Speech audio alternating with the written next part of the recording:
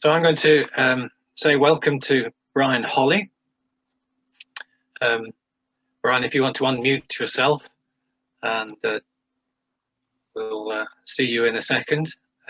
Just to say a few words of introduction, Brian has been an army musician, a program learning analyst and writer, and an information officer. In 1992, he took early retirement and started as a freelance journalist with a writing group in Stroud, and set up a training consultancy in communication skills, working with his wife, Liz, for 12 years. Since his retirement in 2004, he's been involved in all sorts of community ventures. He was a Quaker for 12 years and now concentrates on interfaith work and writing. He's published 2 books, From the Secret Cave, which is a collection of 170 sutras, and The God I Left Behind, which is what we're going to be talking about this morning. He's finalizing a 3rd book called Beyond Ego, and he's got a collection of poetry ready to go as well. Brian has got many grandchildren, numerous, and several great-grandchildren as well. And he gave me a one-liner description of himself, which says, an octogenarian writer, poet, and musician, brackets of sorts, who describes himself as a spiritual tramp and a religious has-been. So, Brian, that's quite a description. Hello, everybody. Here he is. Good to be among you. Well, welcome, Brian. Now, we have a number of questions for you, because your book is about not just the movement from your early days of Christianity, but also to explaining a little bit about how you, towards the end of the book, about how you feel about things today and what else theologically you've been looking at. So I want to start really with your first part of the book, really, which is you were involved in a fairly fundamental church right back in your early days. So what was the image of God that you left behind from those days, and what was it that actually caused you to step out? Because it's a big thing to step out from your faith tradition. What caused you, and what was the image of God? Well, I suppose the image of God evolved probably in all of us unconsciously from the start of our childhood. You know, whatever our parents think and talk about, that's the way things are. And I certainly went to church with my parents, went to Sunday school, went through various processes, but the image of God that I had was very much of somebody who was out there doing things to us in here. And as I continued my journey, I realized that actually, really, that God should be in here doing things through me out there. And I was rather frustrated by that. I felt that God was a God of love, but at the same time, God was also a judge. And I constantly felt criticized by the things that I did. As Paul said, I'm always doing the things that I don't want to, and the things I do want to, I'm never doing. Well, that was very much me. And being in the army was quite difficult, you know, being among soldiers, etc. But I really became passionate about a God who was going to send his son back to earth and change the world and intervene, constantly intervene. In spite of the fact that it's led me very much into conflict, because there were so many times when it was obvious that God ought to intervene and he didn't, or that I asked him to intervene and he didn't. That was even more hurtful. And so I felt very mixed up in my mind about the nature of God, but kept going back to the Bible and kept with my church, and they kept reinforcing the views that I should toe the line. And that was the other thing about it, that I really needed to toe the line. So this was a a kind of ambivalent relationship with God. Yeah, yeah, and that ambivalent relationship led you to question whether you wanted to stay in the church. So how did that happen? How did you first think about stepping outside? Well, one of the things I discovered was that part of my fascination with the Bible, and I was very much into Bible study. I even did a couple of years of Koine Greek, so I could understand the New Testament more clearly. And then eventually I got a job which actually demanded more of my intellect than I knew that I had. And suddenly I found that the need for Bible study sort of began to evaporate because I was getting my intellectual satisfaction elsewhere. And that led me to question, well, okay, is this a spiritual experience, all this theology, or is this just intellectual satisfaction? And the more intellectually satisfied I became, the more I was able to start questioning some of the intellectual holes there were in the theology. And this led me to some disillusion. But the ultimate thing came when I opened up to my then house church. I was by then in the charismatic movement. And that caused a lot of people to question me. I did it because I felt that we were all hiding things and that I should set an example. But then I was criticized, I was dropped from leadership, and then when I left the church, I realized that actually I didn't have many friends there. Well, in fact, I only had one friend who stayed with me. All the rest of them were related to the church, not to me. It was like being among Quakers, and I have said this of Quakers, and I know many others agree with it, that very often a Quaker meeting has lots of acquaintances but no friends, even though they call themselves friends. So that meant that my faith simply evaporated. I didn't. It wasn't a particularly rational decision. It was just something that it was no longer there. So it's a kind of mixture between theological questioning and the sort of relational aspect of it as well. Is Yes, that right? Yeah. And the relational aspect was the most important at that stage. It would be another 50 years before I got back to the intellectual bit and started deconstruction. Yeah, it takes us a while, doesn't it? I think what you're saying, Brian, is probably chiming with a lot of us, the sort of similar types of experiences that we've had. But how did you find it as your beliefs shifted? Because, you know, I know, having come from also a charismatic evangelical background, it's difficult. You question yourself. What did you have to cope with as your beliefs began to shift? That was very difficult, actually. It was far more difficult than I expected it to be. And I realized that those beliefs were really deeply embedded in my psyche. And there was a lot of wrestling with conscience. You know, should I take this point of view? You know, I found myself feeling guilty about some of the points of view, or avoiding issues because I didn't feel I could go there. And that was very difficult to contend with.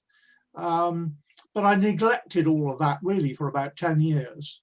And you know, we're very capable of this double thinking and this dissonant thinking, and so I was able to put it in the background and just carry on with my life. And then I came across Joseph Campbell, and Joseph Campbell opened up myth to me, and I began to understand the Bible in a totally different way. And that was where the transformation began. Yeah. So did you just totally reject the church for 10 years? Pretty much, yeah. Yeah, I was very hurt by my rejection by a church that I'd committed my life to for some 5 or 6 years. And that was a deep sense of rejection and disappointment. Yeah. And it is, isn't it? It's very disappointing to find that what you get excited maybe about exploring theologically and looking at other alternatives, and then you want to share it, and there's nobody to share it with. Yeah. And I had a lone spiritual life for something like 40 years. Yes. Yeah, that's very hard. Yeah. Nobody I knew that I could share with. Yeah. So did you gradually begin to, I mean, you said you came across Joseph Campbell. How did that shift things for you? Well, that led me to the Upanishads. And the Upanishads began to open up the inner life to me in a way that I'd never had in my Christian experience. Although in my Christian experience, I did have an inner life. I just didn't realize what it was. I don't think you can dabble with anything spiritual without having something leak in. You know, it's Cohen says, you know, everything's got a crack in it. That's how the light gets in. And there were great cracks in my theology and thought systems at that time, but that's where it came in. What was it about the Upanishads that kind of switched you on? Well, particularly the emphasis on the practical aspect of meditation. There was nothing that you had to believe in particular. You just had to go inside yourself and discover that which was there, and then to realize that it was also the creator of the universe. and all that is inner is also outer at the same time. And that was a remarkable experience to get to that point. So has meditation been a consistent practice for you? I don't know that very much has been consistent in my life, but yes, it has been in the background there all the time. A lot of it was out cycling alone in the Cotswolds. That would be my meditation, or contemplation, more about contemplation perhaps than meditation. Right, yeah, I mean, the two overlap, I think. Yeah, there's a lot said about meditation and consistent practices and so on, but actually a lot of people find that they meditate out in nature. Yeah, and that's something that obviously you've been doing too. Yes. Yeah. Well, thanks, Brian. I mean, that's I think that's given us a good start to think about our own journeys, where we've come from. So, Brian, some more questions for you. You said in your book, and I quote this from it, "I have come to understand that religion is only a framework in which spirituality may or may not be experienced." So would you like to tease that out a little bit for us? How did you come to that conclusion, and actually what do you mean by it? So over to you, Brian. Hello, Brian. Can you unmute? Where is Brian? There we are. Dear. So, there we are. Right. Oh, there we are. Yes, the Upanishads speak of two kinds of knowledge, the lower knowledge and the higher knowledge. The lower knowledge is to do with theology and rituals and religious practices. And the higher knowledge is to do with meditative practices and contemplative practices. The thing about the Upanishads is that some of them certainly say you need both. You need one to take you to the other, so that all your religious practices are fine as long as you know what they mean.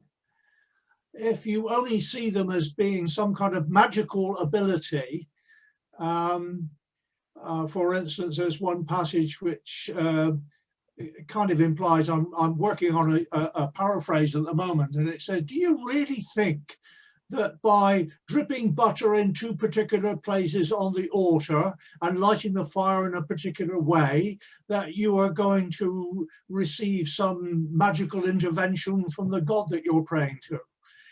And it's pointing out it's not about that, it's about your inner experience.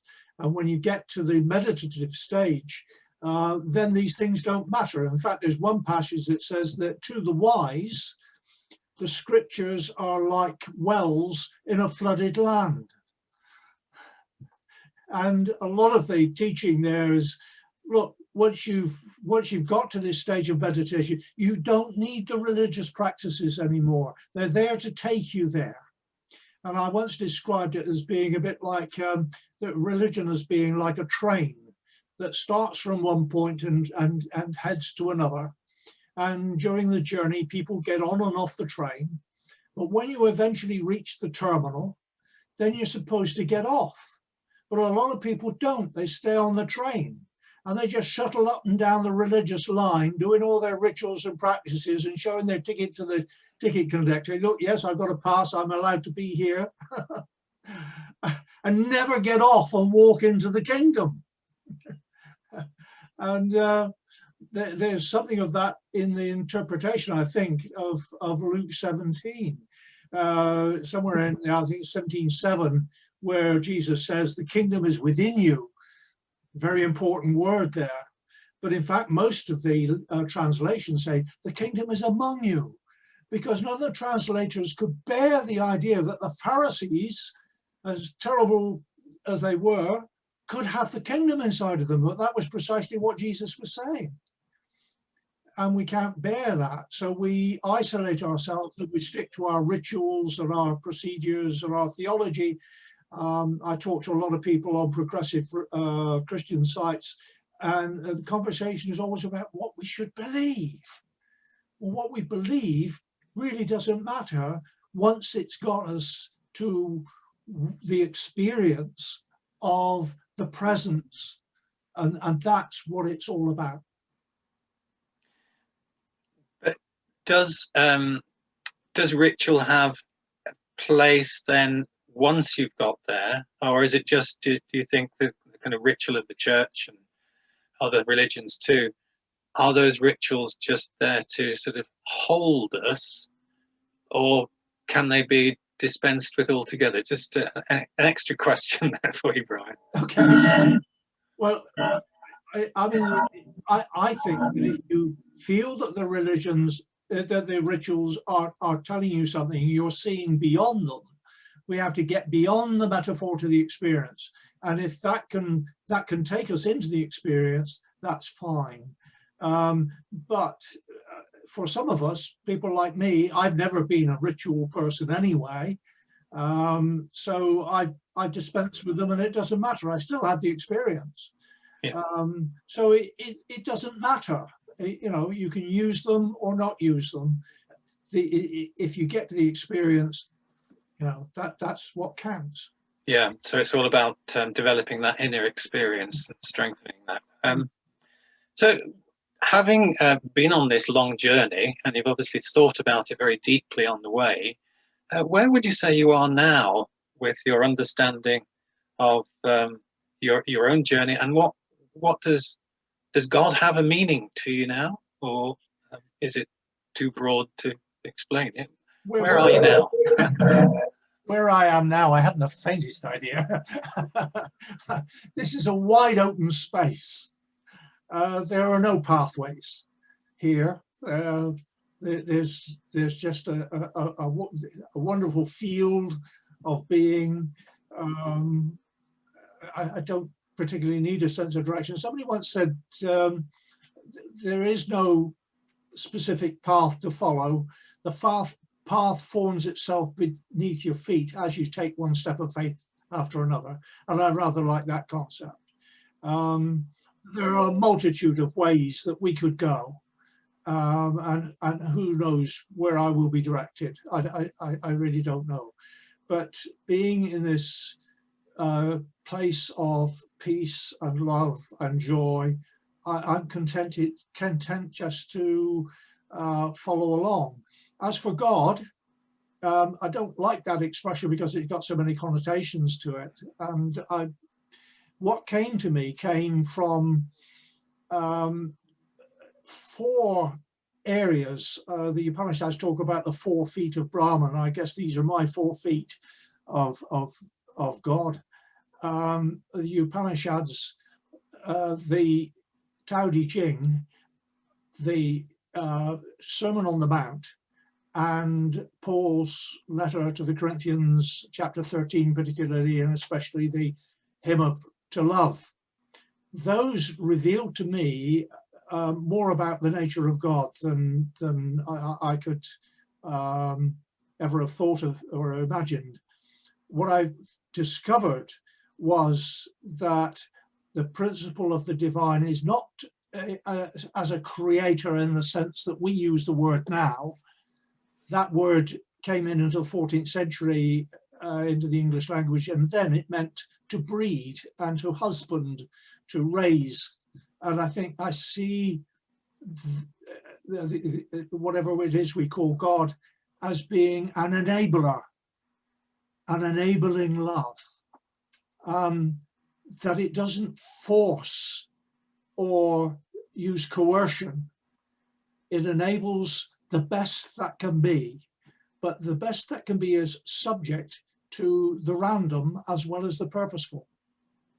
So that the best that can be, sometimes by our standards, is pretty mediocre.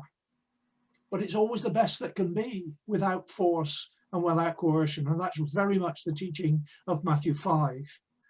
And at the end, you know, we think of that as being a question of morality, moral behavior, but it's not, because Jesus says, be perfect. He doesn't say become perfect. He says, be perfect as your Father in heaven is perfect. And that is how I see it. And that Jesus went to the cross because he was obedient to those principles of nonviolence. Yes. Thank you, Brian. Yeah. And I think trying to live up to the best that we can be is such a kind of noble aspect to go for. Somebody once, well, I read it somewhere, I think, just recently, that the divine source is like an ocean that breaks on many different shores, and each shore is different, but it's the same ocean. And that I like better than sort of, you know, climbing up a mountain and all paths lead to the top, because the ocean breaks differently on every different shore, according to the landscape, the shore, what shape the waves are, etc., etc. And I like that analogy, that basically we're all trying to find our way into an ocean. That's very valuable. Okay. Well, thank you again, Brian, for some deep insights there.